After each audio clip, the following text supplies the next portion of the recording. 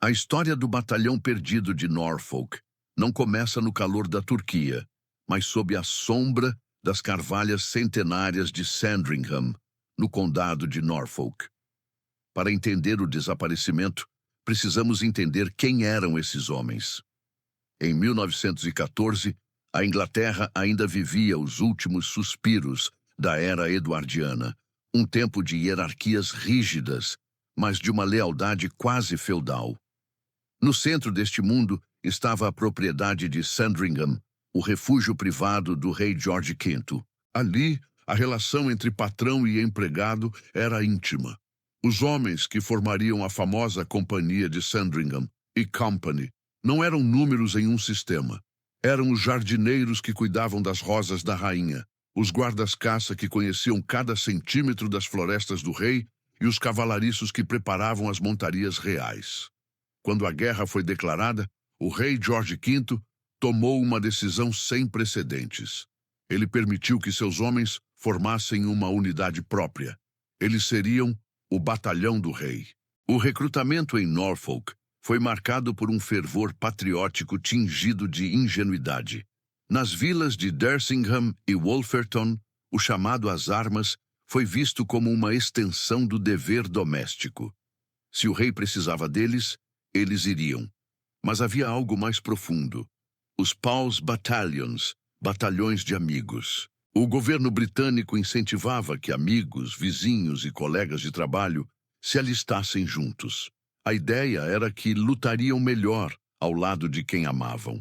O que ninguém previu foi que essa estratégia significava que, se uma unidade fosse dizimada, vilas inteiras perderiam todos os seus homens em uma única tarde. No comando desta companhia estava Frank Beck, o administrador das terras reais. Aos 54 anos, Beck era um homem de cabelos grisalhos e olhos firmes, uma figura paternal amada por todos na propriedade. Ele não tinha obrigação de lutar. Sua idade e posição lhe garantiam imunidade. No entanto, ele se recusou a ver seus rapazes partirem sem ele. Sua lealdade era absoluta. Ele cuidaria deles no campo de batalha como cuidava deles em Sandringham. Essa decisão, heróica no papel, tornaria-se o centro de uma tragédia pessoal para a família real. O treinamento foi um período de transição dolorosa.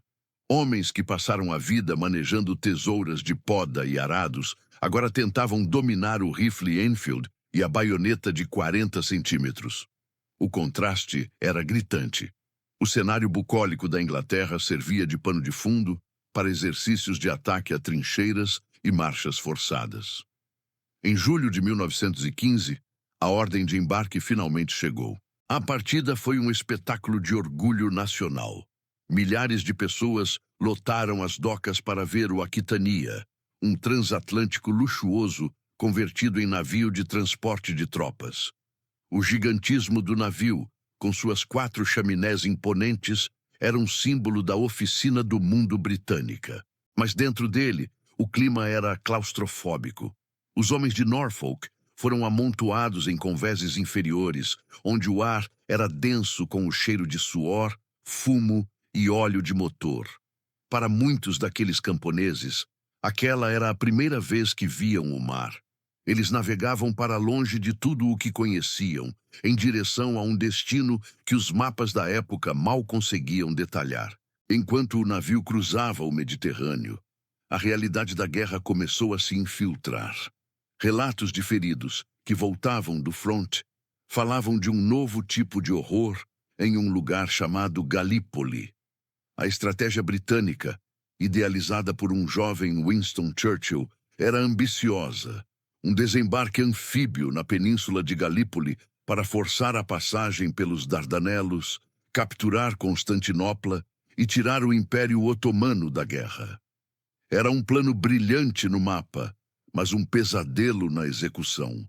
Quando os homens do 1º Norfolk finalmente avistaram a costa de Suvla Bay, em agosto de 1915, o choque foi físico.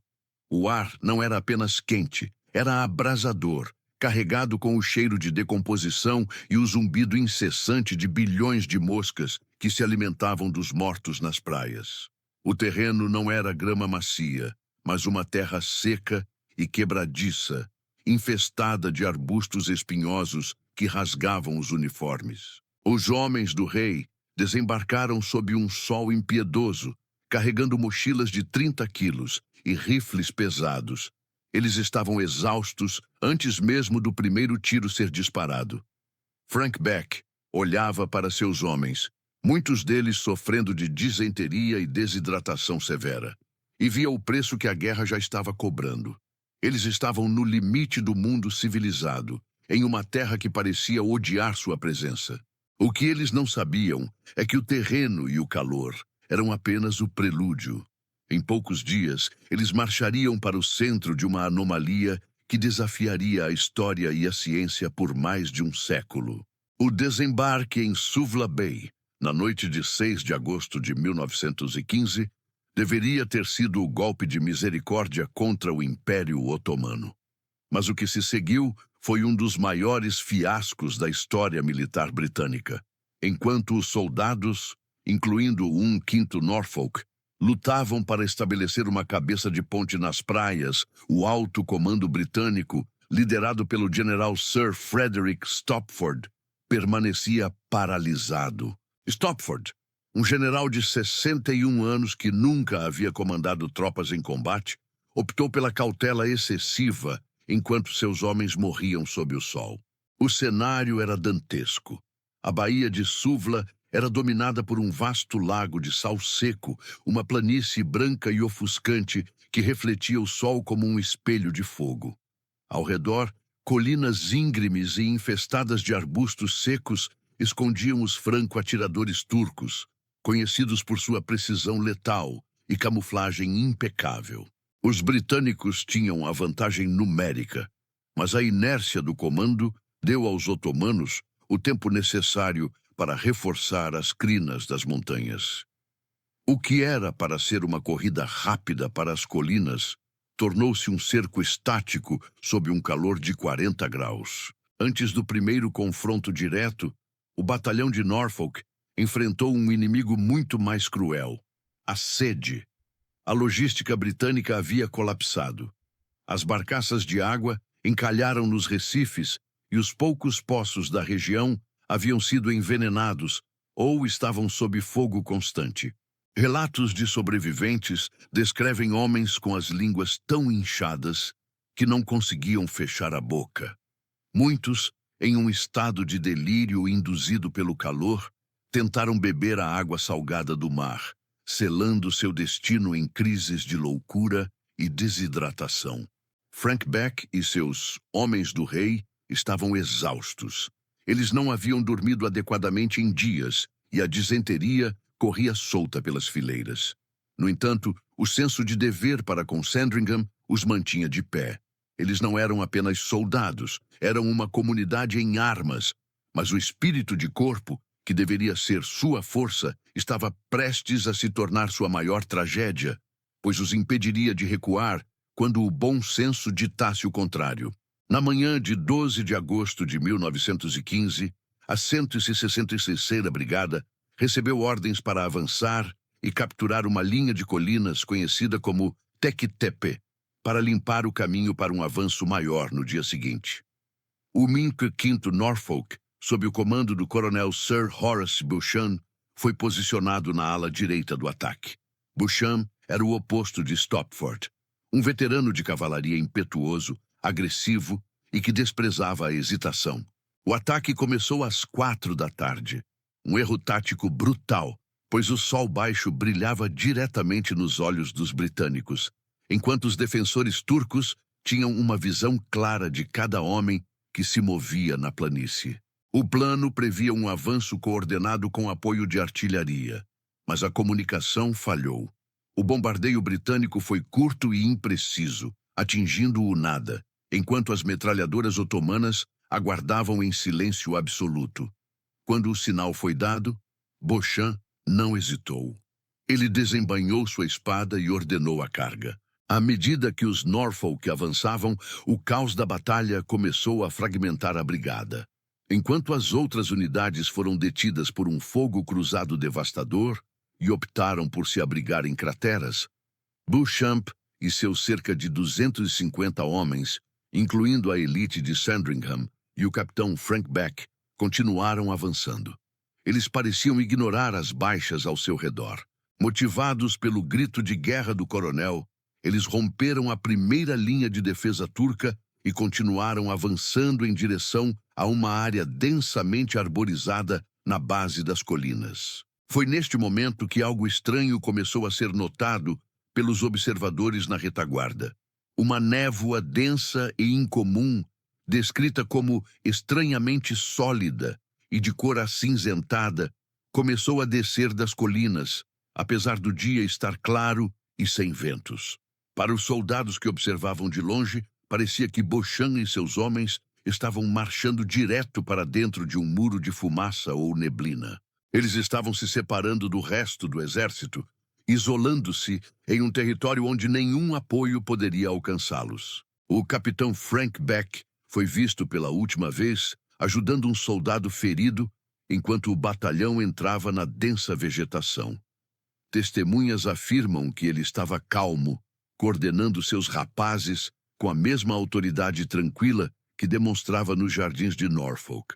Mas o terreno à frente era um labirinto de ravinas e arbustos que os turcos conheciam como a palma da mão.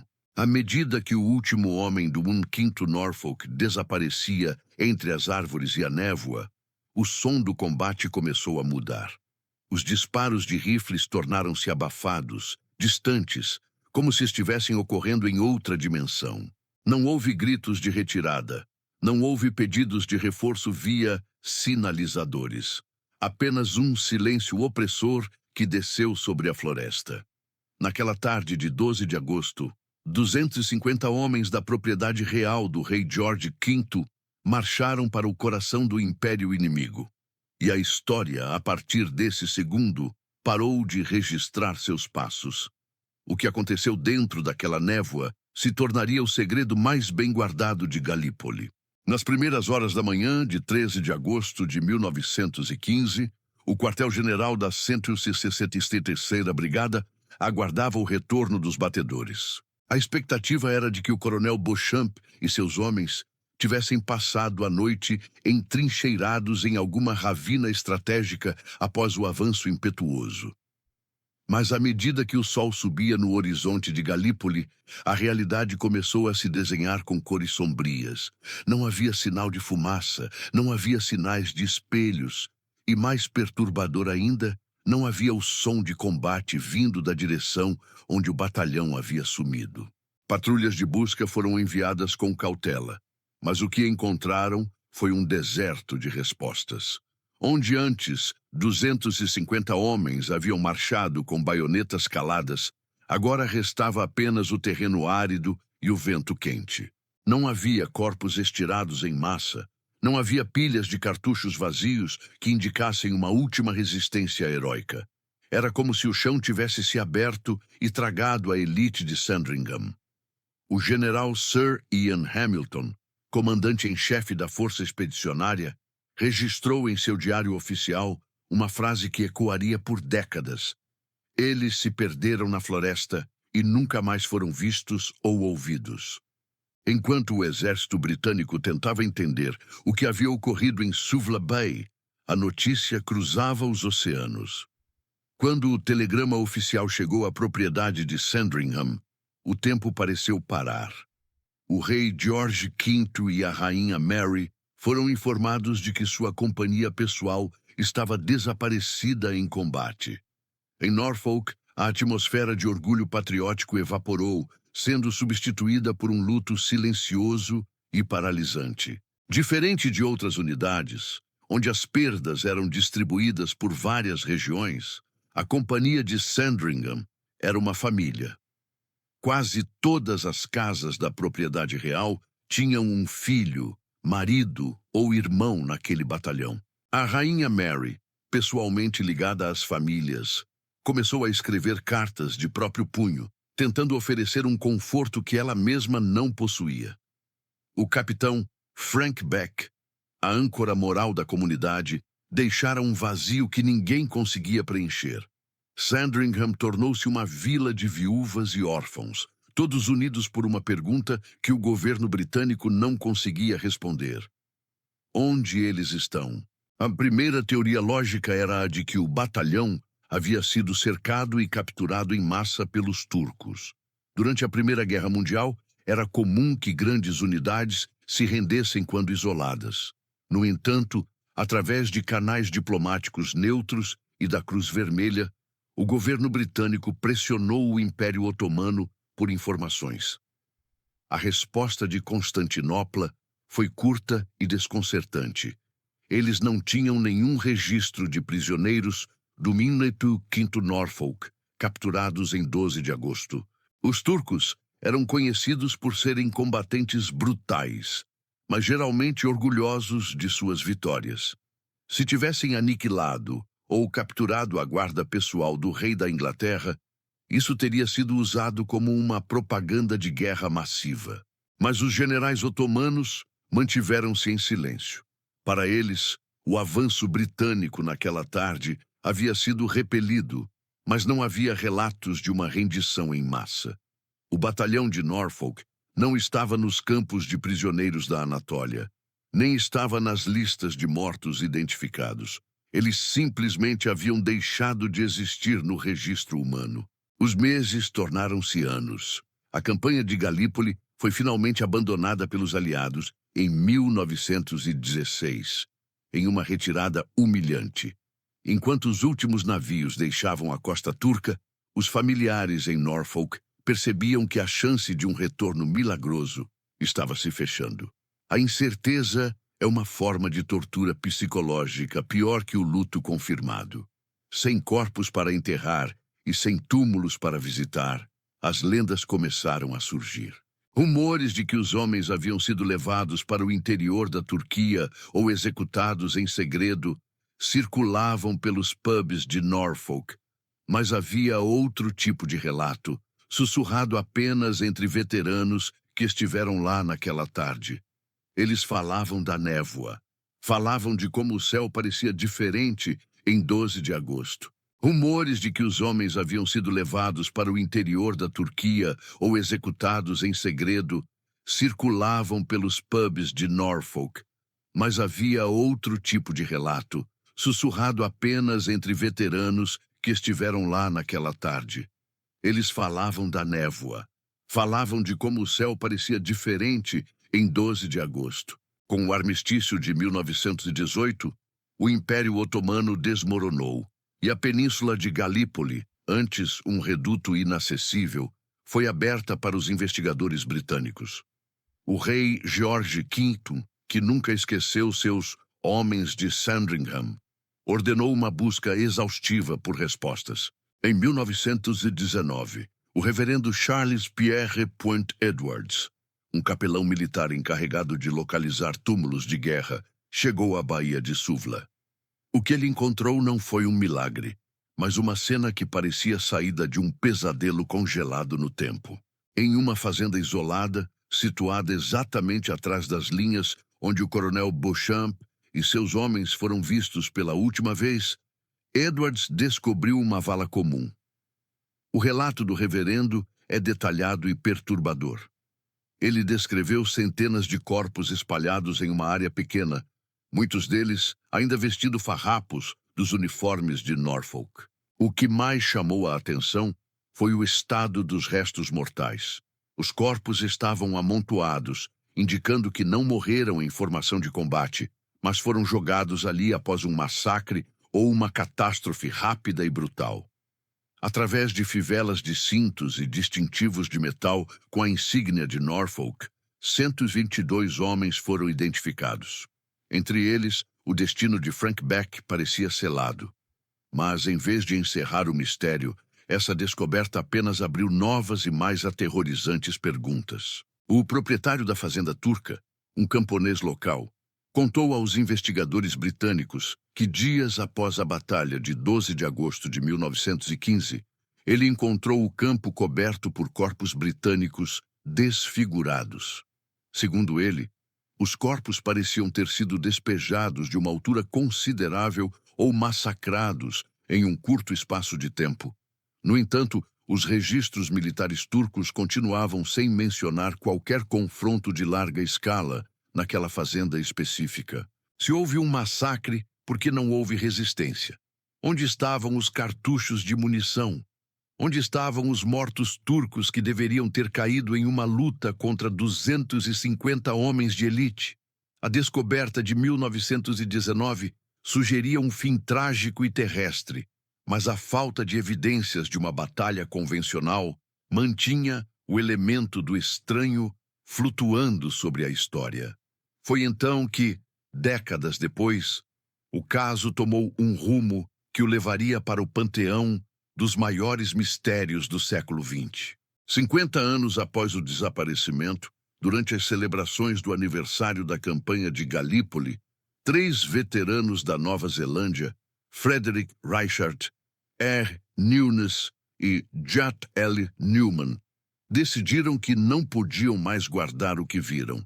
Eles faziam parte de uma unidade de engenharia que ocupava uma posição elevada com visão perfeita sobre o vale naquele fatídico 12 de agosto. O depoimento deles foi assinado e juramentado, e o que descreveram não era uma névoa comum. Eles afirmaram ter visto cerca de 6 ou 8 nuvens, em forma de pão de forma, todas idênticas, pairando sobre o solo.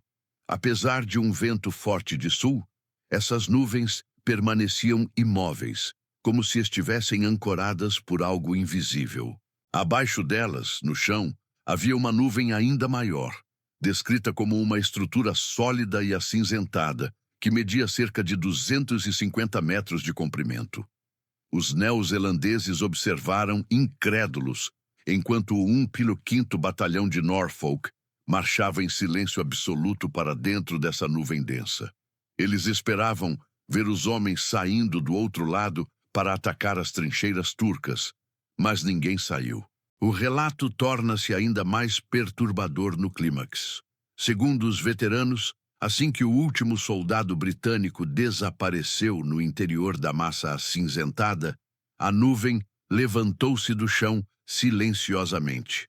Ela subiu até se juntar às outras nuvens menores que pairavam no céu e, juntas, todas se moveram contra o vento em direção ao norte, desaparecendo em questão de minutos.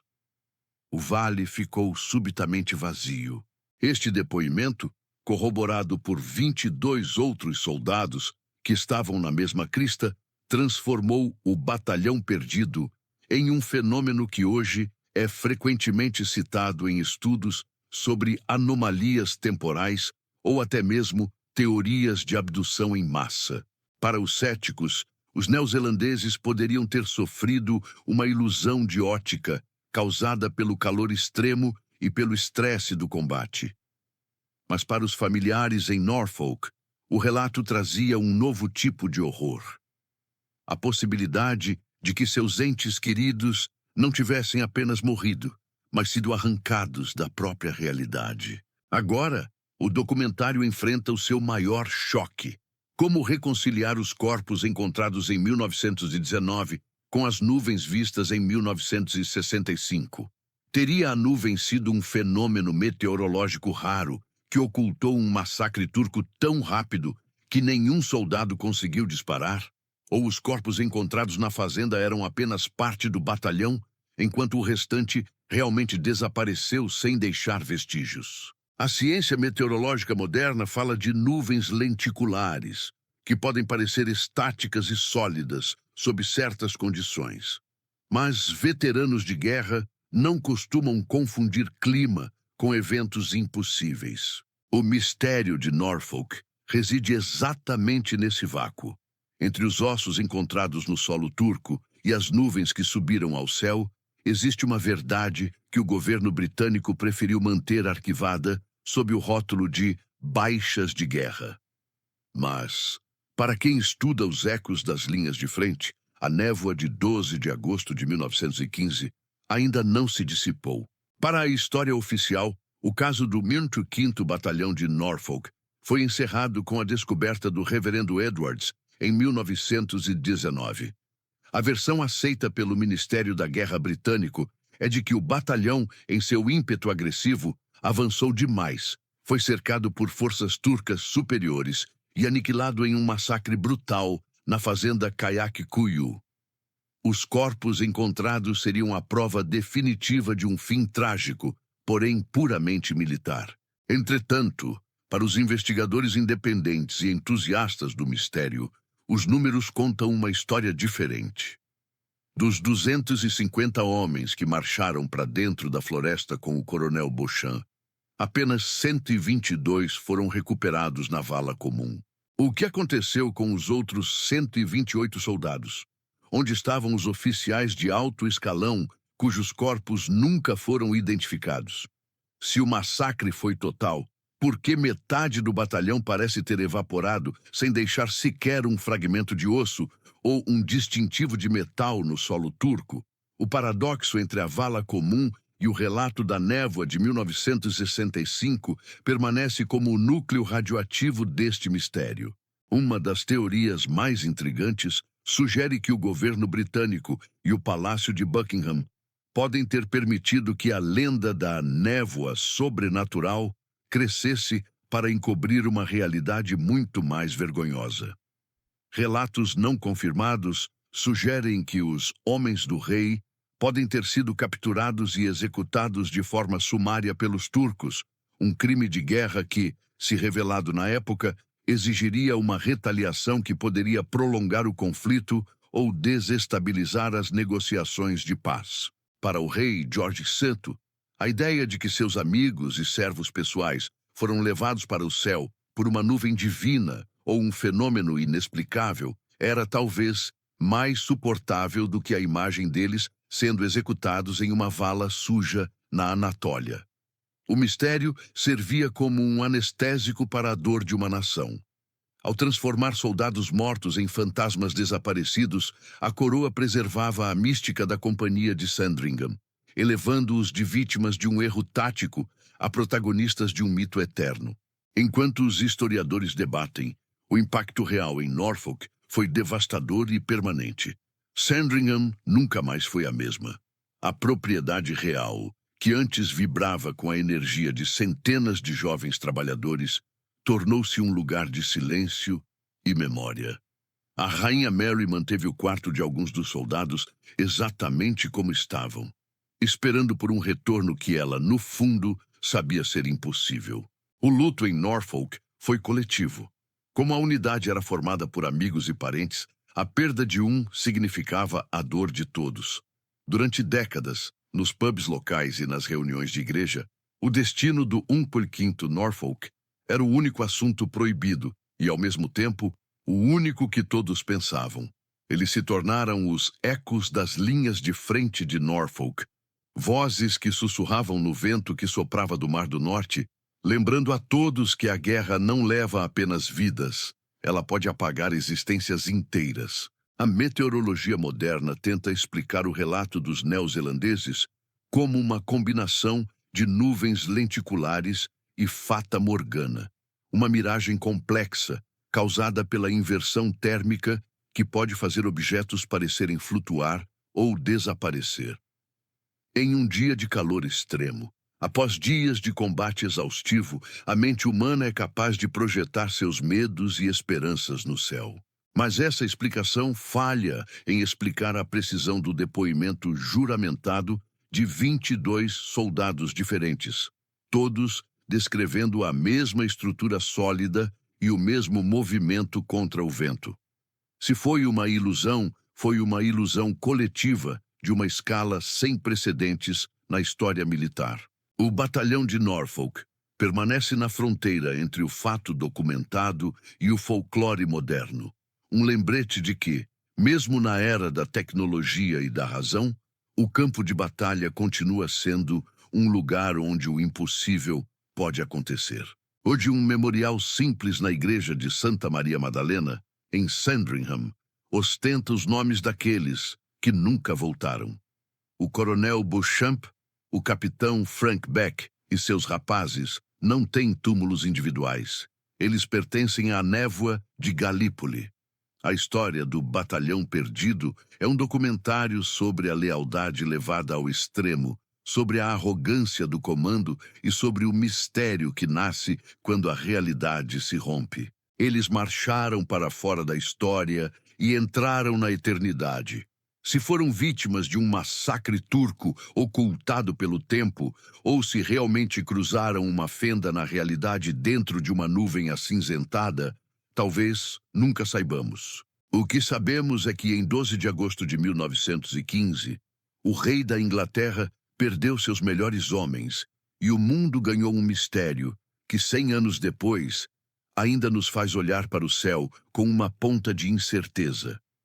Em Galípoli, as cinzas se misturaram à areia, mas os Norfolk, eles continuam marchando invisíveis através dos ecos da história.